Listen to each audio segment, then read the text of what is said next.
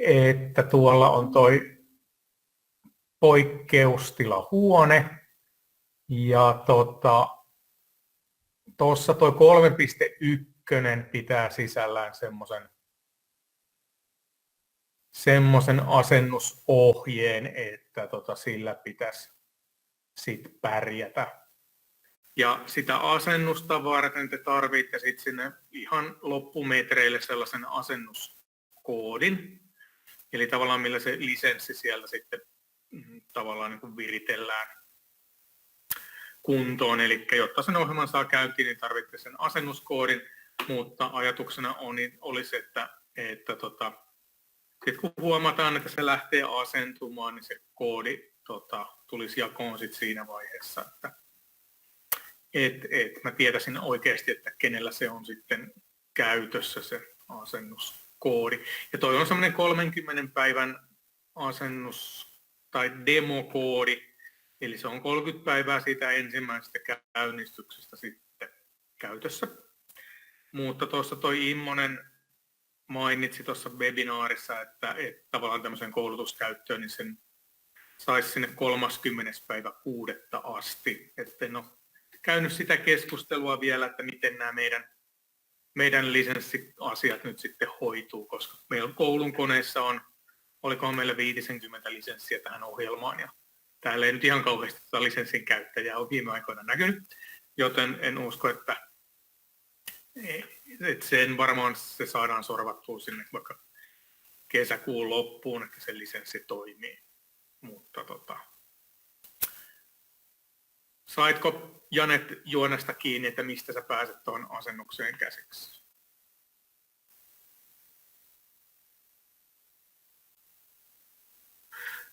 Joo, tuollahan se on kerrottu, mutta mitä se nyt niinku oikeasti tarkoittaa, niin siihen mun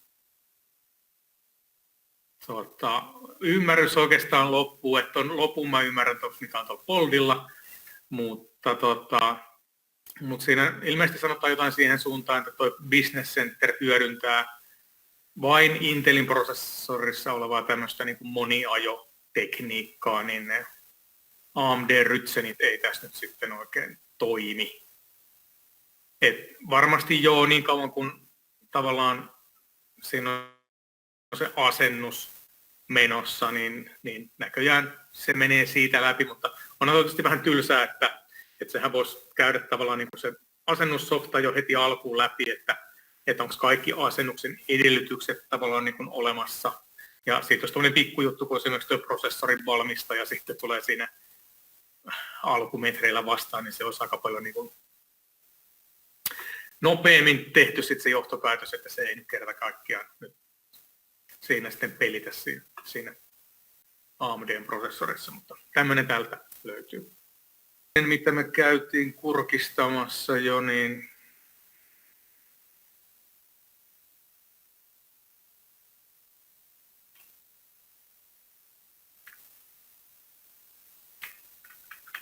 joo, täältä me lähdettäisiin sitten jatkamaan, eli nyt yritetään kaivaa tuosta vähän niin kuin laskennasta tukea tällaiselle jonotasoitukselle, ja mä laitan tuossa, kun mä lähden laskemaan, niin tuosta tuon nauhoituksen nauhoittamaan, niin jää sitten joku muistijälki, mihinkä sitten varmaan pitää palata tuossa nyt sitten, kun joudutte omaa laskentaa tuossa vähän tekemään, niin mä luulen, että sitä videosta nyt sitten niin kuin, olisi ehkä sitten jotain iloa. Mutta no, mistä mä sinne pääsen? Tonne. Joo.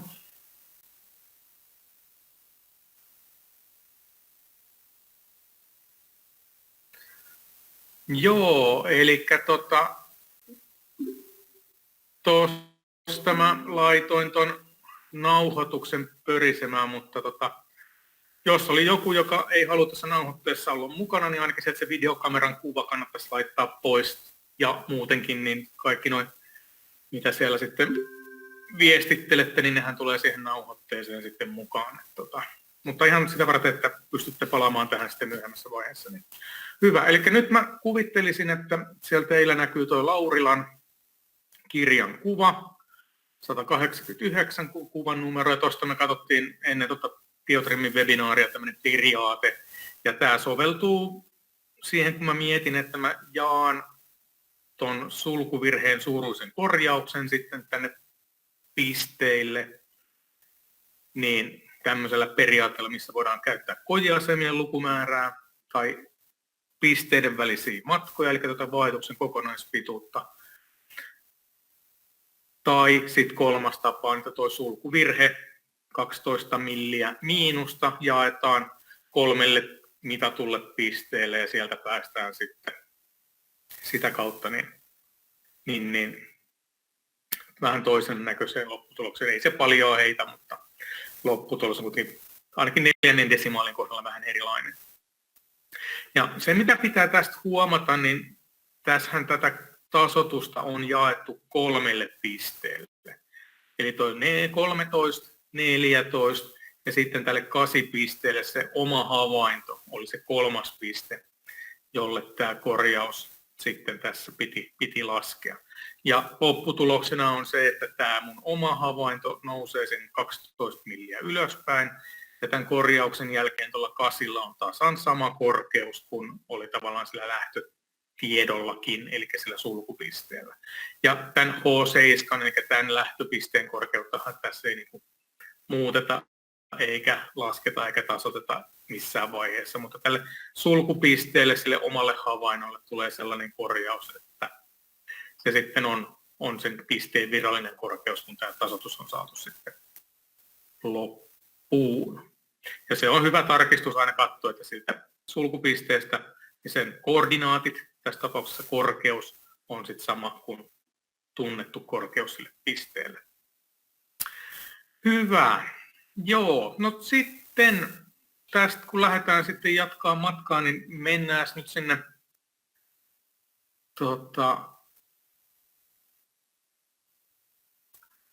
ei tonne eikä tänne, vaan sinne poikkeustilahuoneeseen.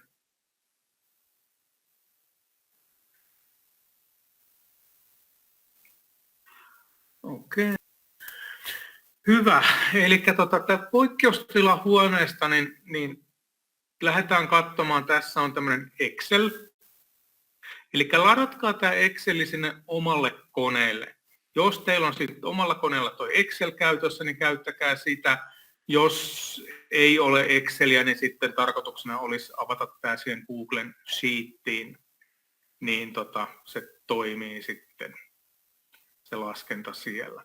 Mä melkein voisin sen avata siihen Googlen taulukkolaskentaan, niin se on mulle vähän vieraampi, mutta toisaalta ne, jotka on nyt käyttänyt Exceliä, niin mä luulen, että te tuon Sheetin opastuksen siivittämänä niin pärjäätte siinä Excelissä sitten kuitenkin. Eli tuolta klikkasin tuohon kohtaan ja sitten mä otan täältä tänne, että avaa uuteen ikkunaan. Ja sitten vielä avaa sovelluksessa Google Sheet. Ja sama juttu kuin viime kerrallakin, kun tämän kanssa askarreltiin, eli nyt ei ole tarkoitus, että me muokataan tätä yhdessä, vaan että teidän pitää saada tämä sheetti ladattua sinne omalle koneelle ja sitten te muokkaatte sitä omalla koneella olevaa taulukkolaskentaa. Eli me ei muokata yhdessä tätä, vaan että kaikki muokkaa siellä päässä sitä omaansa. Mä odottelen tässä hetken pienen, niin että sitten saatte kaikki sen taulukkolaskennan sieltä sitten niin kuin jossain muodossa pörähtään auki, että jos on se Excel, niin se toimii hyvin tässä ja jos oli tämä sheetti, niin samat asiat me saadaan tehtyä tässäkin.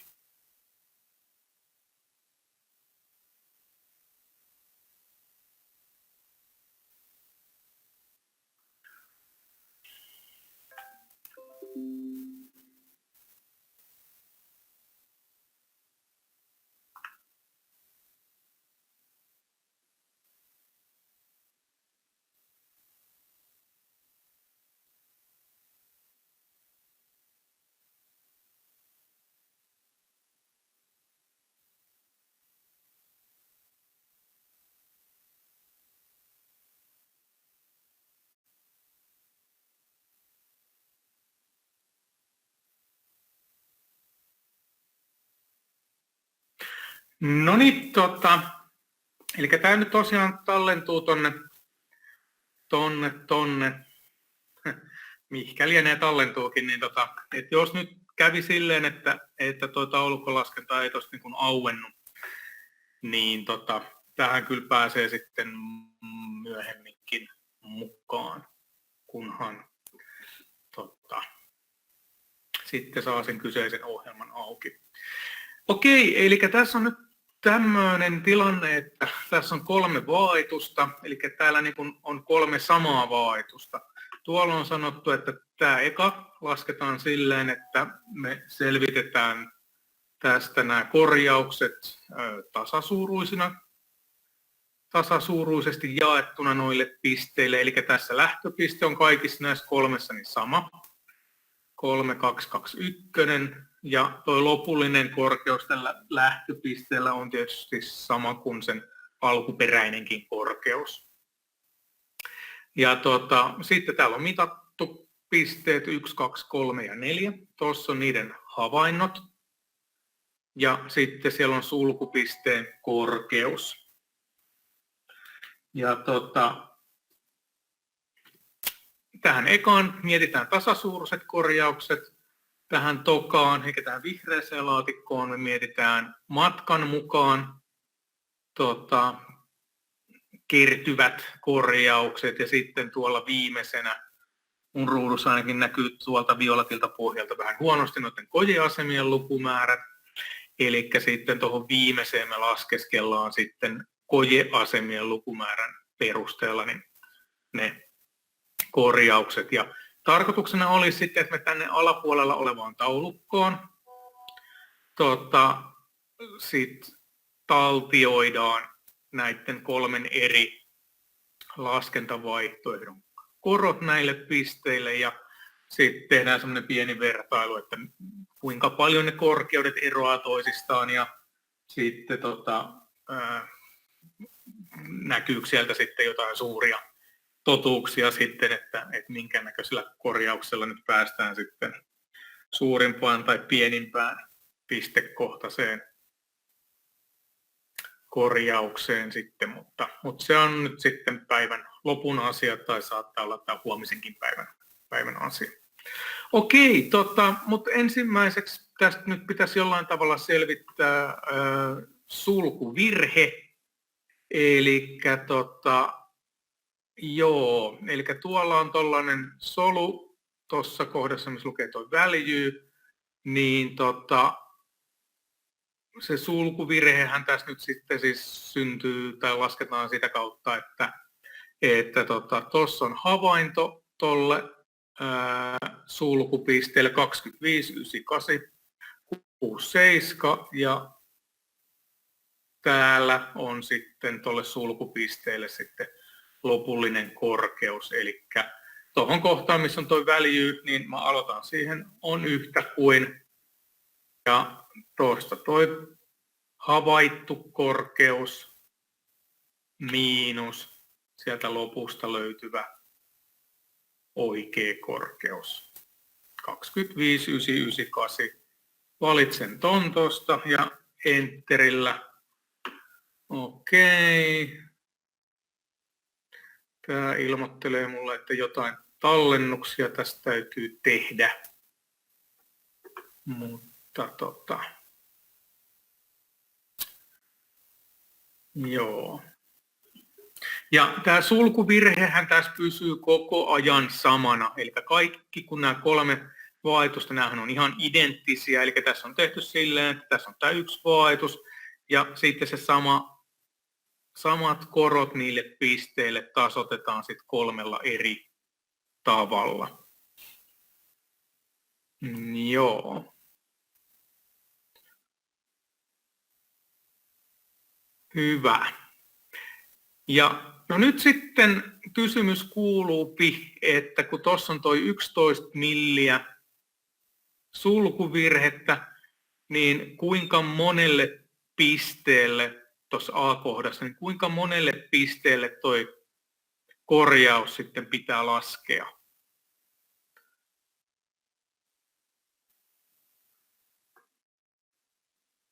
Eli kuinka monelle havainnolle tai kuinka monelle pisteelle toi sulkuvirhe sitten pitää ottaa huomioon?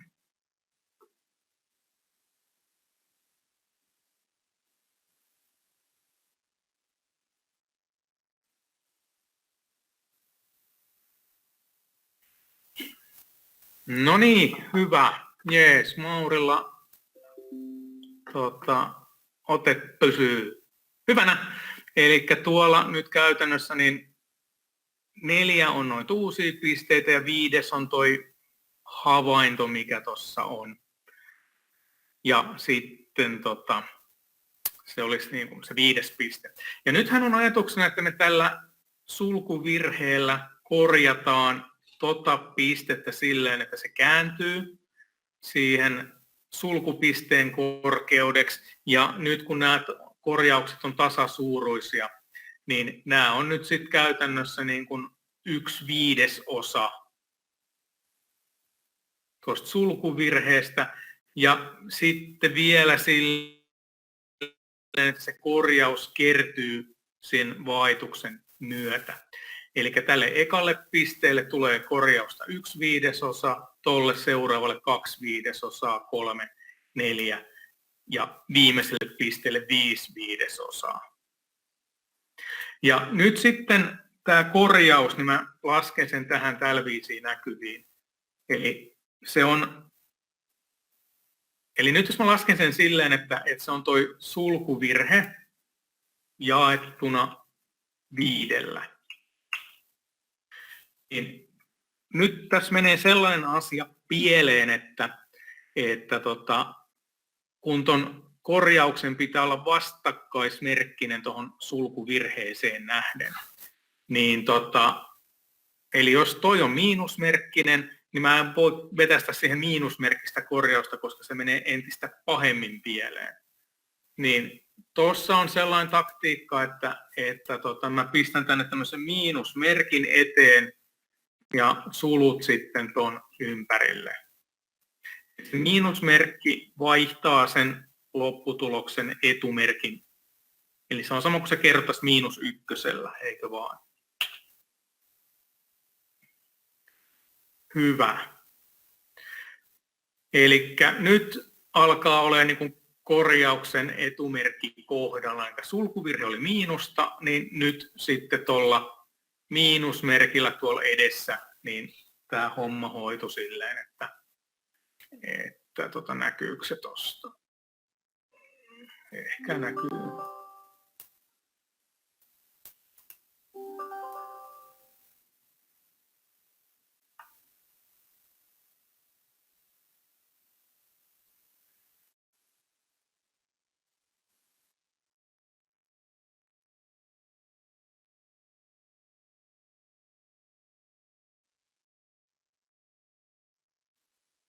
Joo. Ja nyt sitten mä teen, tässä on tietysti monta taktiikkaa hoitaa tätä asiaa, mutta mä teen tämän nyt itse silleen, että mä kopioin tuosta ton laskukaavan.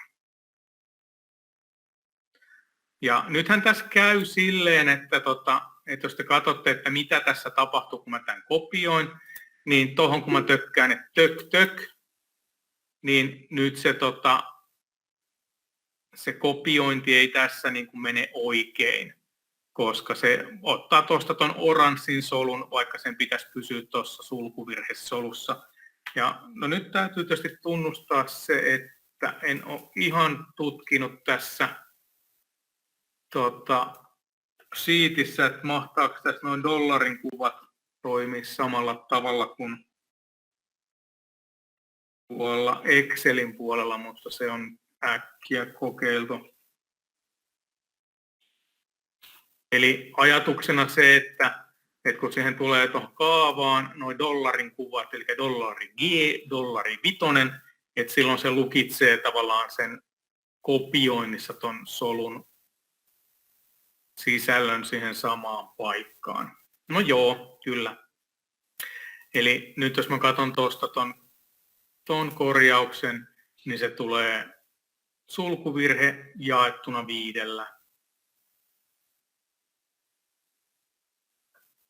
toi on sitten sulkuvirhe jaettuna 5. No niin. Ja nyt ehkä sitten tähän asti tässä nyt ei ole ollut mitään ihmeellistä, eikä tämä nyt oikeastaan ihmeelliseksi nyt tässäkään muutu. Mutta nyt kuitenkin se, mitä on puhuttu tästä tasasuuruisista korjauksista, niin sehän ei tarkoita sitä, että kaikille tulee yhtä suuri korjaus. No ehkä se tarkoittaa sitä, että me jaetaan se sulkuvirhe 5 pisteelle ja ensimmäinen piste saa pienimmän korjauksen, seuraava vähän suuremman ja suuremman ja suuremman, kunnes tullaan sulkupisteelle, joka saa sitten sen sulkuvirheen suuruisen, mutta vastakkaismerkkisen korjauksen. Ja nyt kun tähän sumpilitaan tämä tasasuuruinen korjaus, niin tämä menee tosiaan silleen, että tämä ensimmäinen korjaus on se 1/5. Mutta sitten tämä seuraava, eli tämän MP2 korjaus on sitten 2/5. Eli tämän mä kerron vielä 2.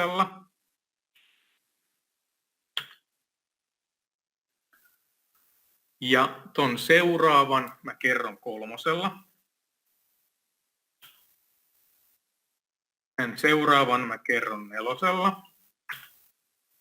Ja tämän viimeisen mä kerron 5.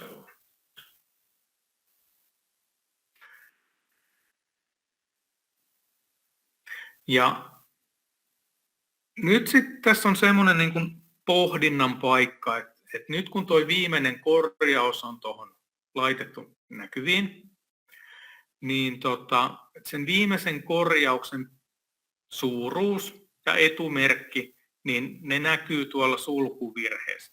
Eli sen sulkuvirheen ja tämän viimeisen korjauksen pitää olla lukuarvona ihan tasan yhtä suuret. Jos mä oon laskenut sen mun korjauksen noille pisteille oikein, ja jos mä oon jakanut ne niille oikein, jos mä oon laskenut ne yhteen oikein, niin tuossa toi lukuarvo kohdassa viimeisen pisteen korjaus ja sulkuvirhe, niin ne on etumerkkiä lukuun ottamatta, ne pitää olla ihan prikulleen tasan samat.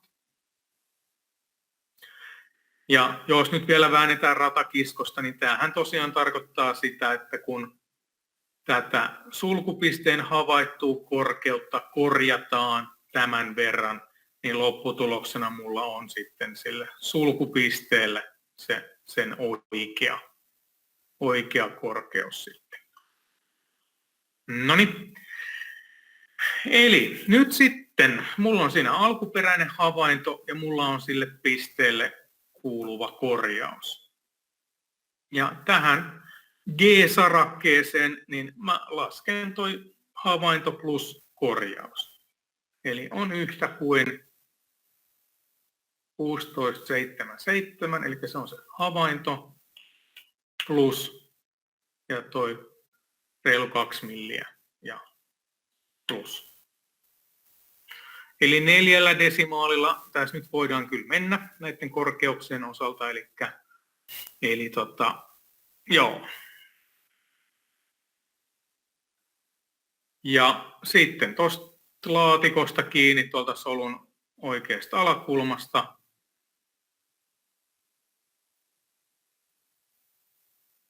Joo.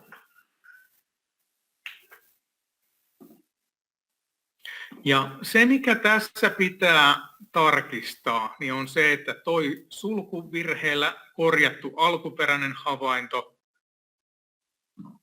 niin sen pitää olla sama kuin se sulkupisteen korkeus. Se me äsken katsottiin täältä alareunasta. Sulkupiste KP3220 ja näissä 4 vaihduksessa, niin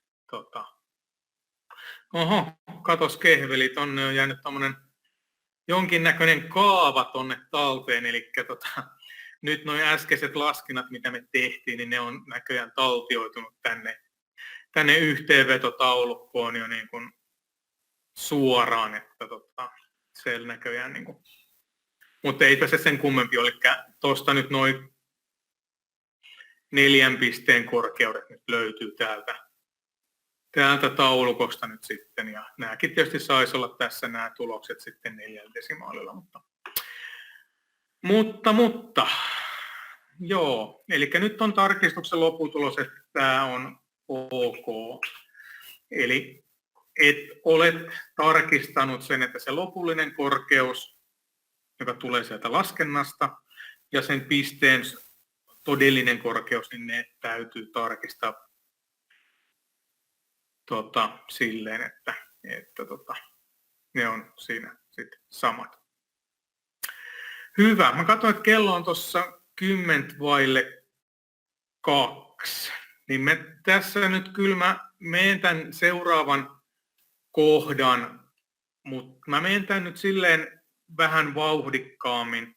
Eli melkein suosittelisin, että ette tee tätä tässä niin kuin samaan aikaan, vaan katsotte, että mitä tässä tapahtuu, ja sitten tämän videon perusteella niin lähdette tekemään sitten tuossa ton kojeasemien määrän mukaan ton tasoituksen vielä. Ja me sitten kyllä huomiselle päivälle jätetään se havaintokirjan mukaan sen pisteiden koordinaattien laskennan. No mutta hyvä, jos mä haluan käyttää näitä matkoja tässä niin kuin, lähtökohtana, niin tuosta kun mä maalaan noin, niin tuolta näkyy, että näiden summa on 4,1 kilometriä. Eli lähtöpisteeltä ykköselle on tullut 1 kilometri matkaa, ykkösen ja kakkosen väli on 1,6 kilometriä, kakkosen ja kolmosen väli on 400 metriä, 800 metriä, 300 metriä. Niin tänne mä tarvin tämän kokonaismatkan sitten, ja sen voi tietysti laskea jollain kaavallakin tuohon kohtaan, että on summa. Sum näköjään tässä englantilaisessa versiossa noista soluista ja sulku kiinni. Ja nyt sitten toi korjaus tälle ekalle pisteelle on siis tämän matkan osuus koko matkasta kertaa sulkuvirheen määrä. Elikkä siis tulee tälleen, mä teen tämän pienemmässä palassa, eli on yhtä kuin toi jaettuna koko matkalla, ja sitten mä kerron sillä sen sulkuvirheen määrän, eli tuolta ton solun sisällä. Ja tämä ei nyt tule vielä kerralla oikein, koska nyt siinä täytyy vielä se miinusmerkki ottaa huomioon. Eli ihan samalla tavalla tuohon tuplaklikkaus, ja mä laitan sen tuohon miinusmerkki, näitä sulkuja tämä ei nyt välttämättä tarvi, mutta näin niin kuin selvyyden vuoksi, niin tuossa näkyy tuo kaava. Eli 1 kilometrin osuus 4 kilometristä kertaa tuo sulkuvirheen määrä. Ja korjausta tulee silloin 2,7 milliä. Joo. Ja nyt sitten tässä seuraavassa, eli tällä kakkospisteellä, niin kakkospisteellähän me ollaan tultu toi 1 kilometri plus 1,6 kilometriä. Eli nyt sitten kun korjausta mietitään, niin se on se 2,6 kilometriä sen suhde tähän 4,1. Ja sitten sillä kerrotaan se sulkuvirheen määrä. Eli mä lähden tästä liikenteeseen taas yhtä suuruusmerkillä, niin tähän mä nyt sitten kirjoitan, että se on ton, tai itse asiassa mä maalaan sen, se on noiden summa.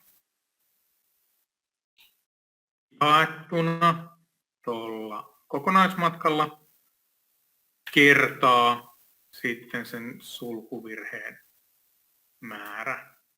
Se on tuolla.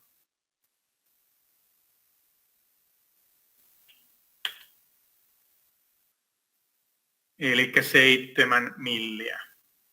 Ja tähän nyt sitten taas mä tarvin sinne sen voi tehdä myöskin sille, että mä laitan tuohon yhtäsuuruusmerkin jälkeen miinusmerkin, niin se kääntää sen.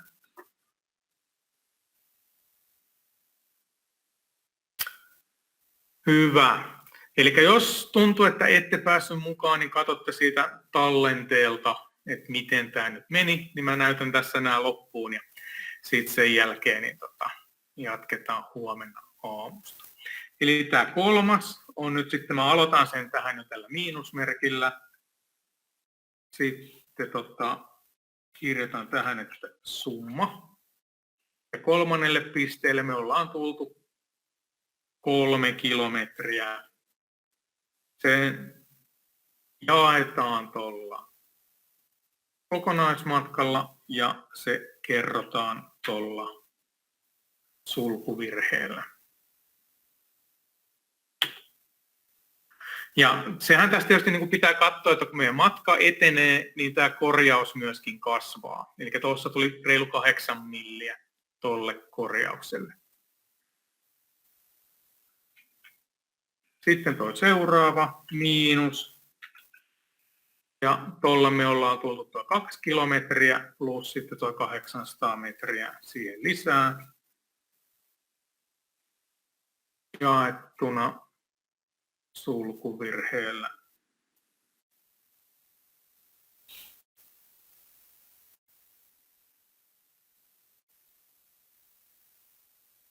Joo.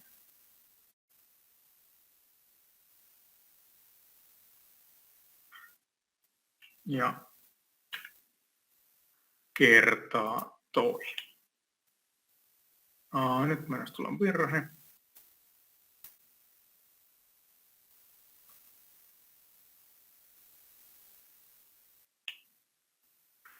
Joo, nyt ei mene ihan niin kuin elokuvissa.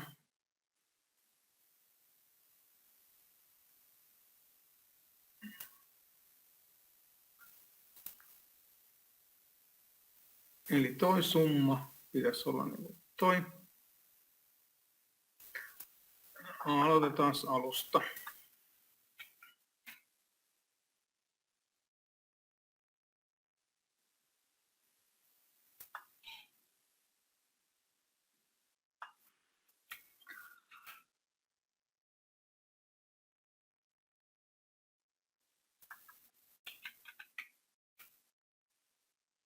Toi kertaa sulkuvirhe.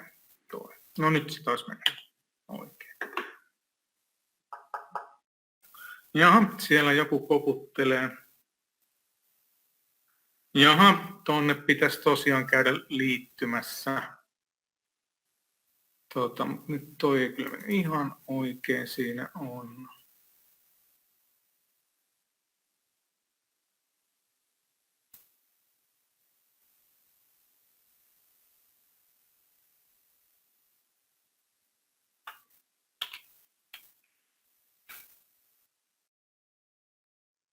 Toi matka. Jaettuna.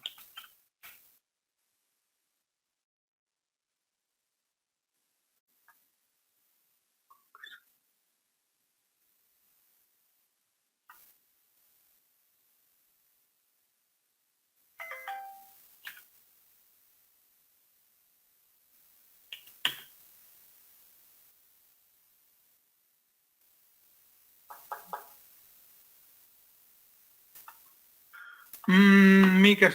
Hetkinen, joo, nyt se tulee tuossa kaavassa. Toi virhe toimineen, toi matka menee liian pitkälle, eli se ei on 2,3, vaan 2,2.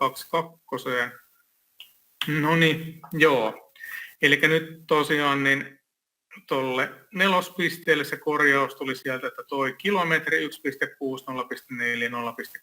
0,8 laskettiin yhteen ja sitä verrattiin koko matkaan. Ja sitten toi viimeinenhän tulee silleen, että miinusmerkki ja summa. Ja tulee kaikki nämä matkat suhteessa 4,1 ja sillä kerrotaan sulkuvirhe.